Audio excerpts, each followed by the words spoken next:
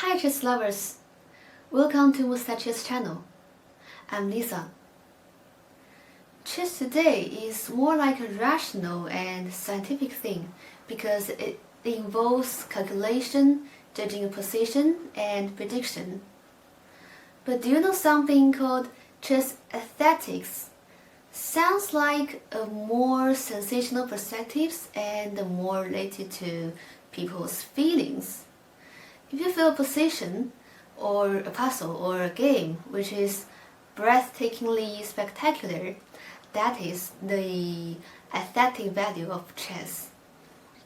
So here I'm going to show you some games played during the chess era of Romanticism, that is the 18th century and the early 19th century, to see what feelings these games can bring you and how they can embody the aesthetic value of chess. So this game was played in the early 19th century and now it's white moves. So the first move seems easy because white can simply take the bishop with the rook in order to break the pawn structure of black's king side. And then g takes f5. And there white has a really good move, that is queen h3. And now you know the bishop is threatening the f5 pawn, and also further threatening this h7 pawn. So black plays king g7 here in order to use the rook to protect this h7 pawn. And white plays bishop f5, take the pawn. This is a very natural move, and then it's threatening this h7 pawn. So black plays rook h8 here. So actually it's better for black to play h5 here, but now white can play knight e2, threatening knight f4, and then knight h5 or knight e6. So in the real game, black plays rook h8. And now you can pause the video for a moment and think about what white should play in this position. So white plays a really excellent move, that is queen h6. Wow, sacrificing a queen. If black plays king g8, white can play knight e6, capture the queen and threatening queen g7.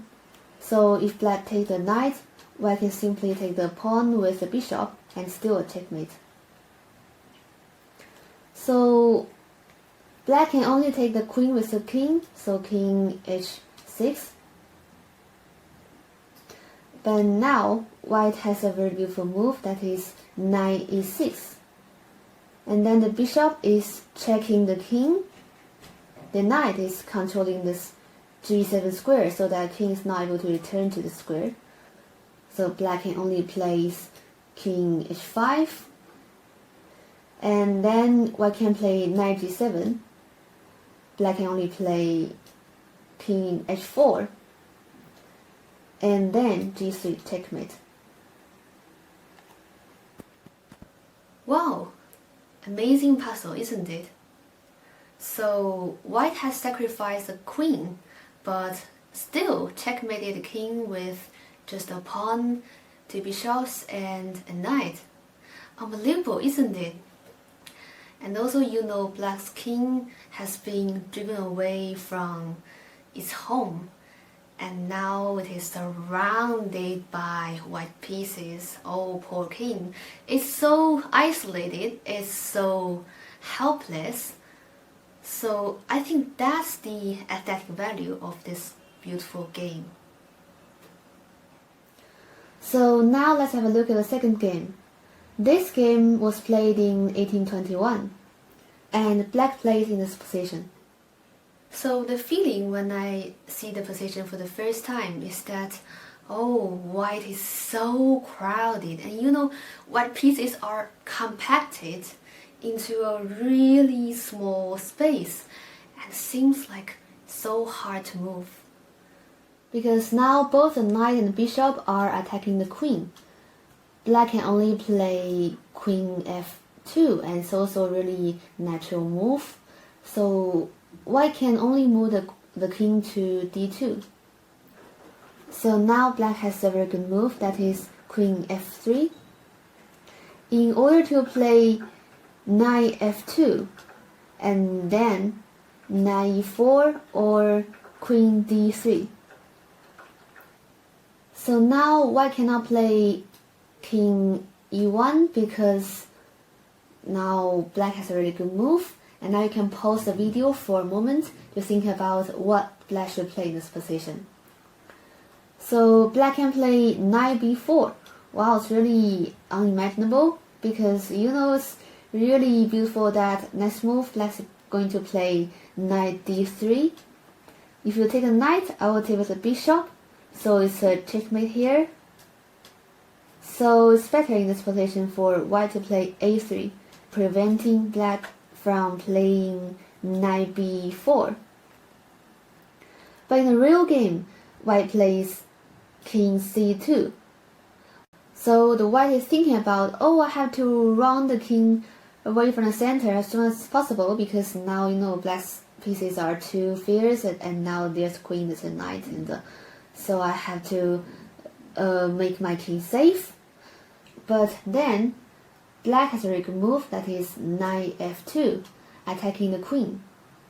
So because you know white is too crowded, queen can only have two squares to move, that is e1 and d2.